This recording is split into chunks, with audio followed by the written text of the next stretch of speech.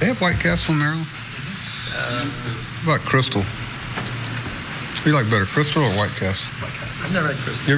Have you ever had the frozen ones at home that you put in the microwave? Really? I don't.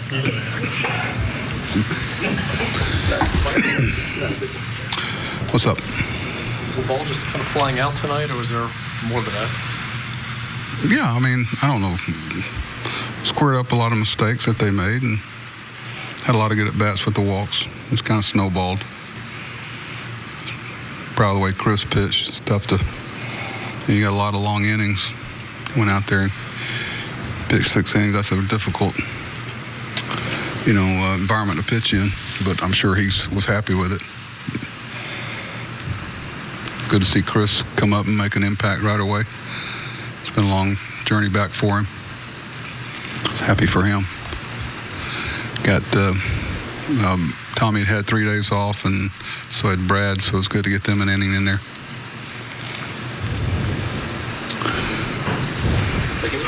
Normally, I mean, how nice is it to see a guy like have that kind of debut when he's been playing in the minor leagues? Well, it's very similar to what I talked to RJ, who's all our guys are really good evaluators, but it's one advantage we have with him and Griff there and Brian Graham. They really have a feel for what works and what doesn't. And I talked to him today about right field versus left and first base versus, trying to get to know Chris, if there's anything we saw in the spring that we should know about. And played a good right field tonight. But he said he was one of the best players in that league and on their team, and said RJ's been right on the button, he and Griff, with everything. When they brought Francoeur into the game, a lot of times, when position players come into the game, weird stuff happens. Were you at all leery of you guys facing somebody that... Not Jeff. Jeff's a pro. He's been around a while. He's done that before. And I understand it. We've all been there. And it's tough on us. Not tough on us. It's just you're trying to, do you swing? You're trying to be professional about it. And, our guys, our guys, they put their head down, they run. And there's nothing, that's why I was a little unfortunate with JJ. I mean, there's not a more professional player in baseball than JJ. But I understand their frustration. I'm just glad he didn't hit him. When you see that kind of game, do you ever put yourself in the other dugout and kind of imagine what it is they're going through now? Oh, yeah. We've all been there. We've all been there and will be again. I mean, things can snowball up here at this level. There's too many talented people, and it could happen to us tomorrow with them. I mean, it's one game, one win, and get on the bus and head to Philadelphia and try to score more than they do in 9 innings tomorrow. I know they'll be, trying to return the favor tomorrow. But, it's tough, tell your guys to quit swinging or quit trying. I mean, it's tough. It's unfortunate, but it happens. It happened 3 or 4 places tonight. It looked like on the scoreboard. Look, you've given a lot of credit to your guys in the minor leagues, like you said, RJ and Brian and Griff. Is it unusual the situation you have here? I mean, you brought up Nolan Reimold. You said we think he can help us. He hits 2 pretty significant home runs for you in a relatively short time. Now you have Chris hit 2 tonight and do other things. Does that happen routinely throughout your career as a manager, or do you have a special situation? No, I think it's a product of the environment, and they're talented people, and the timing's everything with them. And I tell people all the time, we have to know who we are, and the players feel like we're going to out opportunity people. If they go down and do the job, we're going to create an opportunity for them. And it doesn't mean you're going to overlook other guys. Delman's done good things for us and will again this year. And it's a good challenge for me to continue to keep people in the mix.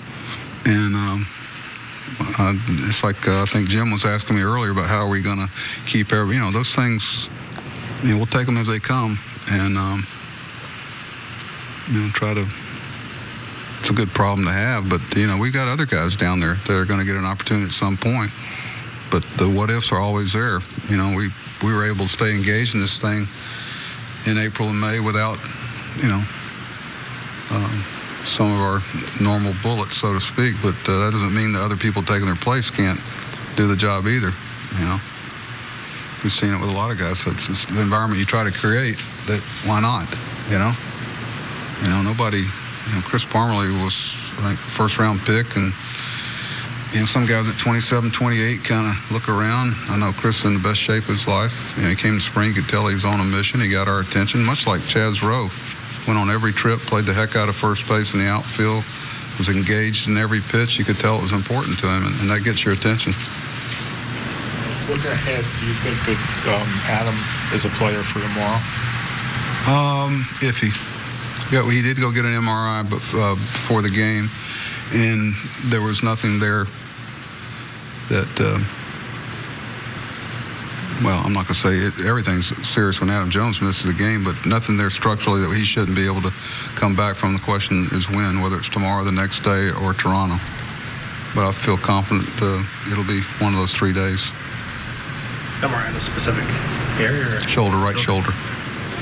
He, when he dove for that ball head first last night, and, you know, he's got a banged up toe from jamming it in the end there. He's fouled a bunch of balls off, and he's also got that ankle he turned. So it might be a good time to let him take a little blow.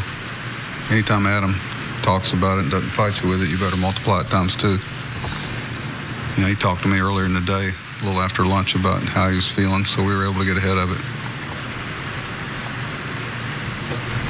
Wayne had sent out a couple tweets. He did, or his agent? Who did?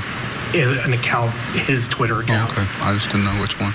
But just kind of saying that he was disappointed with the roster move, that he was healthy. Mm-hmm. I know that you had talked earlier about making that message kind of clear to him, and that he kind of understood it. Was. Yeah. When he was in the room. Oh, yeah. I know he was. We have a pretty good relationship with him. He knows we're doing what's best for him physically and for our club, and that is our priority in no special order. What's best for him is what's best for our club, and we've been doing this for a long time, and we're very proud of the health of our people and our pitchers, trying to get ahead of things, and that is our priority, not something that might happen in the off season. Okay.